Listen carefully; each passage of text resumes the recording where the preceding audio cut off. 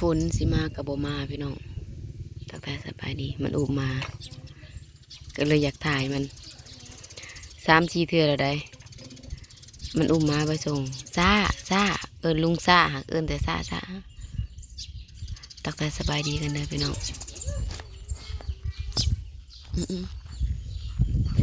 ไปอีกแล้วจ้า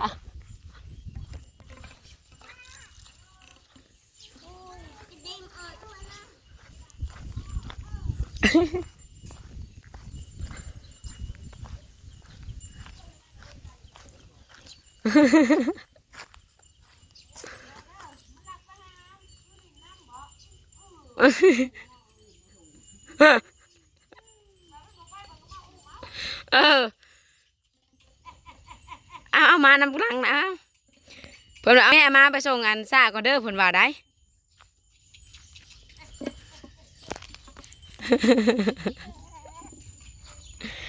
เลยมาจะใส่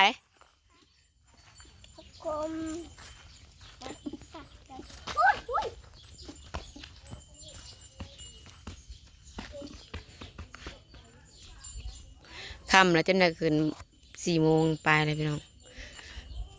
เตี้ยใส่เบิ้งกูคือบุเห็นมึงแต่เฮงแหละเป็นสาวสบายดีปะลุงอันนี้คือน้องฝนบ่ได้อยู่พี่อยู่แต่บ้านย่าประจำอยู่พูดนี่กระถาแม่มาครับเอาแล้วก็เมื่อมันบอกขึ้นไปหาไอ้พลดูหนาอีน้อยนี่คือกับไอ้พลขึ้นไปใกล้ๆกันดูนะหมูเบิ้งฮะเบิ้งตกเฮือนหน้าบ้านตัวหัวคันได้เฮือนทั้งครัวดิอีสมเพียงป้าผลมีแต่มึงนี่เนี่ยมึงนี่น่านใหญ่เนาะคนอื่นนะเขาสัตว์ด่วนเลยมีแต่มึงคนเดียวนี่เลยน่านใหญ่นี่กูว่ากะใหญ่ขึ้นอยู่แต่กะมันบดปันใดบ่คือคนอื่นหมูมายืนเฮียงกับพลดูหมูอีหมูนะ5 ปีพลน่ะ12มึงดูมันจะเพียงหูแหละเสือสีเดียวกันอีกน้อยมึงมาอยู่กับไอ้พลดูน้อยหนามันคือกันได้เกิดพลน่ะมาเลยไหมเห็นบ่หนาคือกันเลยน่ะทำหาเตี้ยหาก็ได้เตี้ยมาแหละน่ะเตี้ยเขินหนามึงกับมันขายคือกันเนาะพลเนาะหางหนามันมุนกว่าหนามึงจากไรใหญ่มามันสีแหลมคือมึงอีกหนากะพลกันหนาเปลี่ยนลายมึงเห็นยังสมลูกมาดูสมมาหากูก่อนบาทนึงบูตื่นในวางเนาะล้างตู้เย็นสุนี่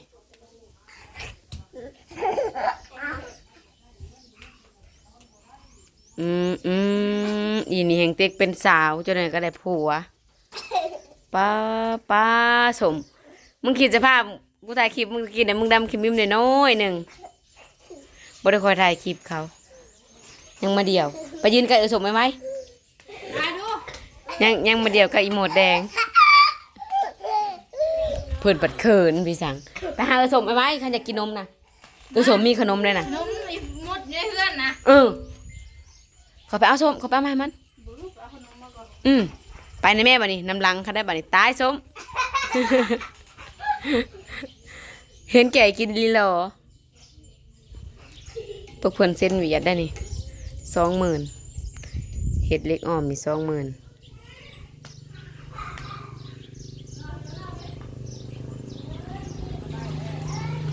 เฮาก็อยากอ้อมคือกันพี่น้องแต่งบบ่มีได้อีลีบ่นี่นะกูไปหาสมบ่นี่ไปหากระพลดูหน้ามึงน่ะคืออีพลน่ะหมดน้อยกี้พลอยู่ใกล้ๆกับมันดูพลหน้ามึงน่ะนั่งลงเฮียงมันเนี่ยมาน้อยเนี่ยมา1 2 3เนี่ยมาพี่น้อยนี่เนี่ยมาพี่1มันคือกันเนาะสมมึงว่าบ่นายโพสิเลมอีพลประสงค์หนาผู้ใหญ่เด้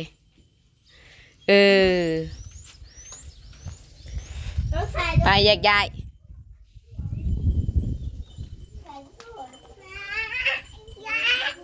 ให้แม่แกอย่าไปปีนขึ้นได้ขนมหน่อยเดียวนึงอย่าโศกันนะลูก มันเหนีย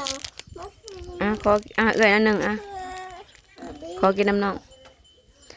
คำผู้แม่มึงมาเอาน้อยเขาเลยเมื่อที่สักจะถึงเบ็ดกระเฝ้าค่ะ%ตายไปนี่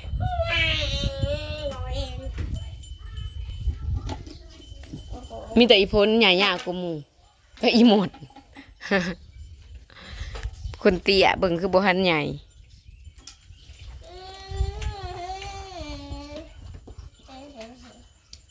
เสียเดียวกับคันลาดพี่น้องบ่ได้คอยถ่ายคลิปเขาใหญ่แล้วเขาแตกไปมันบ่คือติยังน้อยได้ตอมเขาง่ายเขาใหญ่เขาเป็นสาวล่ะเรียกตัวเขามา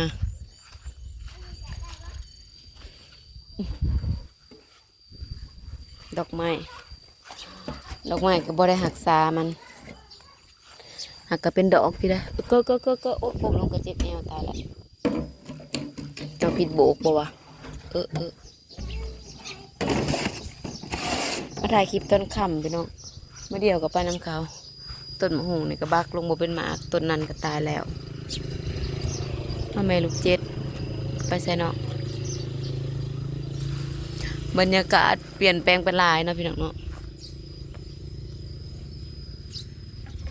เดี๋ยวมาแล้วเฮ้หมูแดงมาแล้วเนี่ยเอาฮ่าอีหมูแดงบ่มาซ้ำอีน้อยบ่มีหมูลิ้นบาดนี่เพิ่นดีใจได้เห็นอีหลับมานี่นะหมูแดงอีลูกประทานสลับได้ไหมเดี๋ยวก็จนเทิน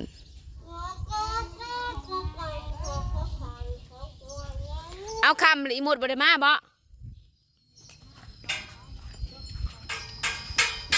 ส่วนเฮากระจอยพร้อมหอมแหงหนาสภาพเป็นสาวเลยมาแต่ใส่เนาะอีแม่กันนี้ป้าได้มึงยังนี่ป้าเราอยู่ผู้เดียวเบิดมือของพันนี้ไปใส่แล้วกันนี้ป้าเราสิโสบ่ร้านกันยังนี้ป้า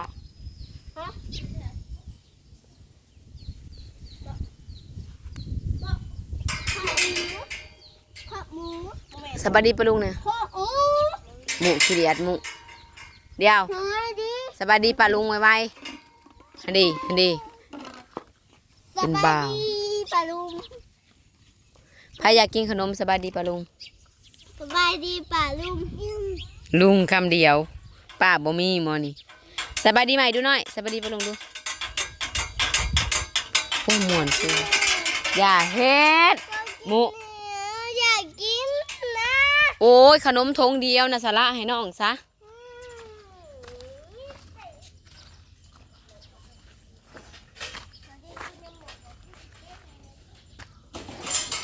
มาขึ้นนอนพี่น้องมาขึ้นนอนอันเขาเลยได้บอลอกล่ะบางเห็บลายแล้วก็เอาไม้มาตัน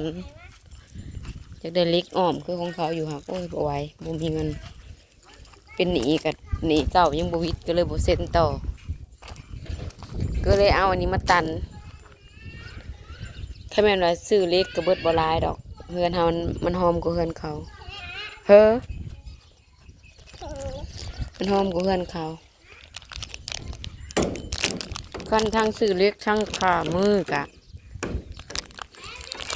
ฮอดบ่11,000โอ้ยหมูเอ้ยพอยาอยากน้อยหนึ่งก็เอา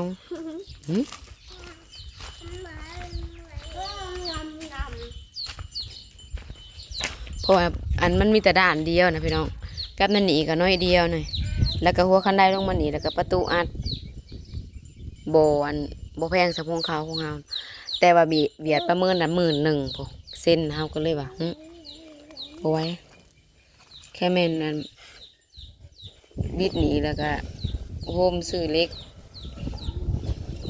แล้วก็หาสร้างมาจอดให้กับนั่นแต่เต็มที่มาผัดหมักเห็บลายขึ้นว้าหมูหย่า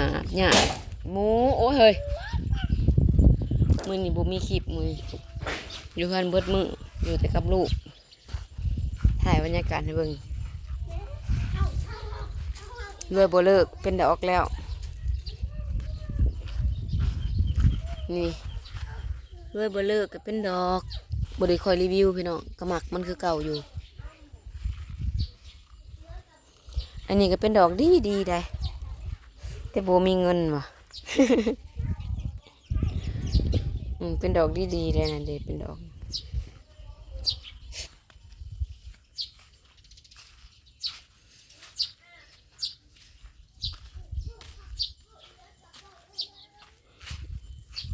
ผ่าดังเหินมาแต่กับบ่ตก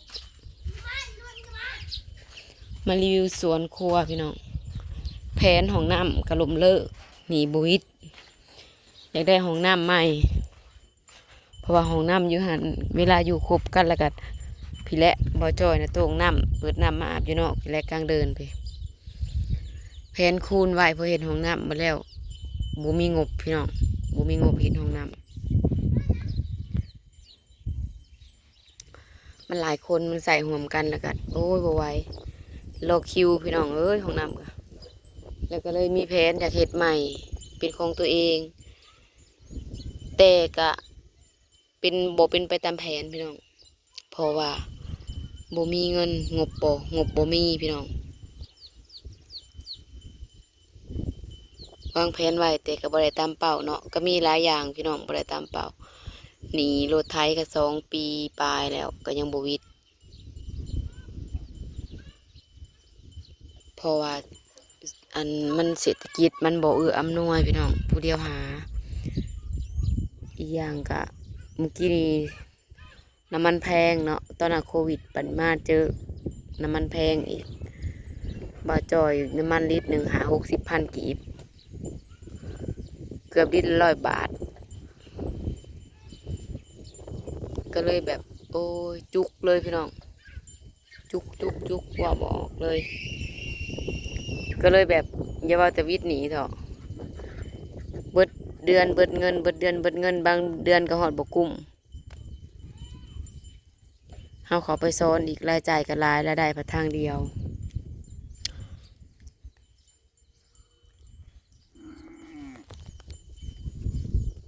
ต้นมะม่วงนี่ก็2 ปีได้ดิพี่น้อง2 ปีขึ้นได้ซ้ำนี่ที่ว่าโอเคเพราะว่าหักษาได้ตัวนี้ดีผูกต้นผูกก็ขึ้นอีกขึ้นหลายต้นอยู่ได้บ่จ่อยง่ายตกก็ไผ่มาพี่ก็บ่ได้ทุกอย่างขาวๆนะผูกให้งัวญาติต้นหมากอันนี้ก็หาปี6 ปีตั้งแต่ออกมาอยู่บ่ได้กินหมากเป็นแต่ดอก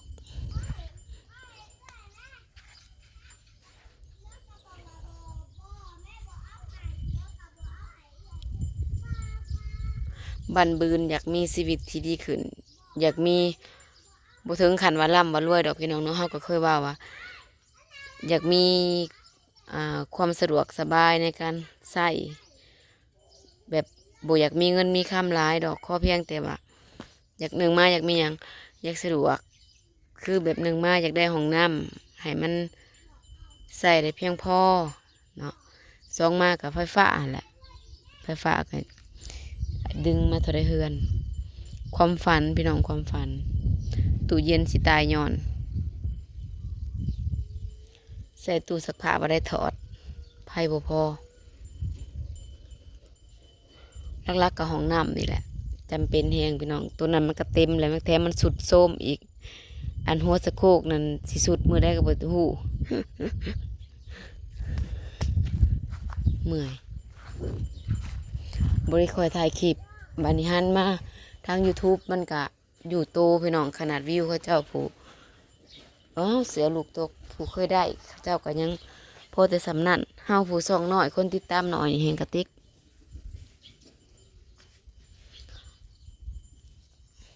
ลูกหลานใหญ่ไปแล้ว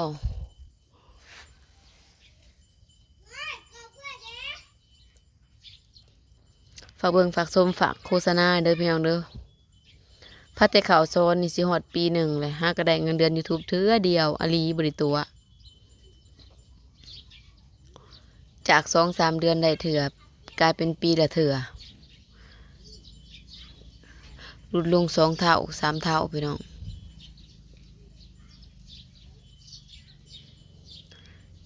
นี่แหละ มันยามมันขึ้นเนาะพี่เนาะยามน้ำมันมีขึ้นมีลงแต่ตัวนี้มันเป็นอาชีพที่แบบว่ามันคงก็คือบ่มันคงเนาะพี่น้อง YouTube มันบ่ตายไปไสแต่เฮาดอกมันก็มันคงอยู่แต่ว่ามันก็มีการขับเคลื่อนทางด้านผู้ชมทางด้านยอดวิวเนาะไปเรื่อยๆ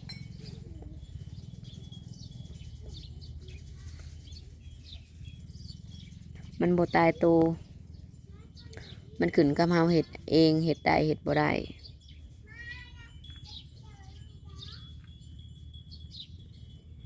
ถือว่าอาชีพนี้ก็เป็นอีกอาชีพหนึ่งที่เฮ็ดให้เฮา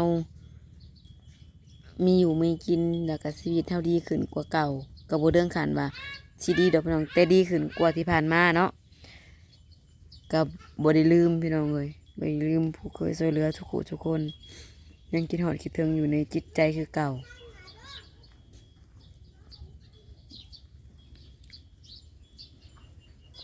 กะบ่ค่อยลืมเนาะ YouTube พามาฮอดจุดนี้พี่น้องถ้าบ่มี YouTube นี่เฮาบ่ฮู้เลยสภาพครอบครัวเฮาสิเป็นจั่งใดอันนี้คือความจริงเลยเด้อ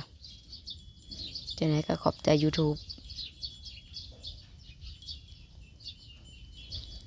ถ้าบ่มี YouTube นี่ก็ปู้ลำพังเงินเดือนนั้น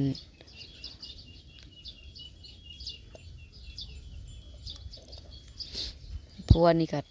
บ่ได้ประมาทดอกพี่น้องก็คือสิบ่ฮอดพี่ได้มาบัดนี้ปิดจาก YouTube ก็ชีวิตครอบครัวก็บ่ไปบ่มาคือเก่าพี่น้องไผสิจักหลังจากบ่ได้คอยถ่ายคลิปไปพักใหญ่พี่น้องกลับมาสภาพครอบครัวก็โอ้ยดะมอมแมมกลับมากับสภาพครอบครัวก็ยังนิ่งยังบ่ขับเคลื่อนวางแผนไว้ก็บ่ได้พี่น้องยังบ่มียังเคลื่อนยังบ่มียังที่อันน่ะปานใดบ่ทันดีขึ้นปานใดพี่น้องเปรียบเทียบใส่กับถ่ายกับบ่ถ่ายเนาะชีวิตกับครอบครัวก็คือแบบนิ่งกันนะพี่น้องวางเป้าก็บ่ได้วางเป้าอยากได้หยังก็บ่ได้อยากวิทย์หนีก็บ่วิทย์อยากได้ห้องน้ำก็บ่ได้แบบอิงตามเศรษฐกิจเนี่ยเนาะ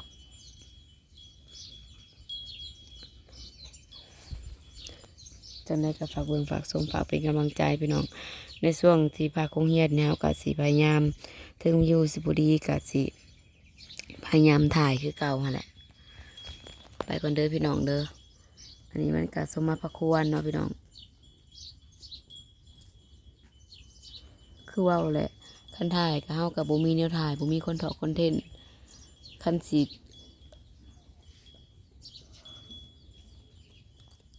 ถ่ายแต่อันเก่ากับ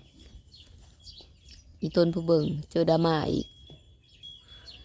จักหน่อยนี่เฮ็ดหน้าอีกนี่ดำหน้าคนเดียวอีกพี่น้องกับบ่ได้คอยถ่ายคลิปอีกคือเก่าเนาะส่วนไรมีแต่เฮ็ดหลังไม้เพราะว่าเฮาบ่มีตากล้องมีแต่เฮาคนเดียวทั้งเป็นผู้แสดงแล้วก็ทั้งเป็นตากล้องให้ตัวเองเนาะพัดเผาอยากได้เวียกตัวเองให้มันทันในลงเวลาอยากให้มันได้แล้วให้แล้วหน้าอีกจะได้ก็ฝากเป็นกำลังใจเด้อพี่น้องเด้อสู้คือเก่าเฮาค่ะ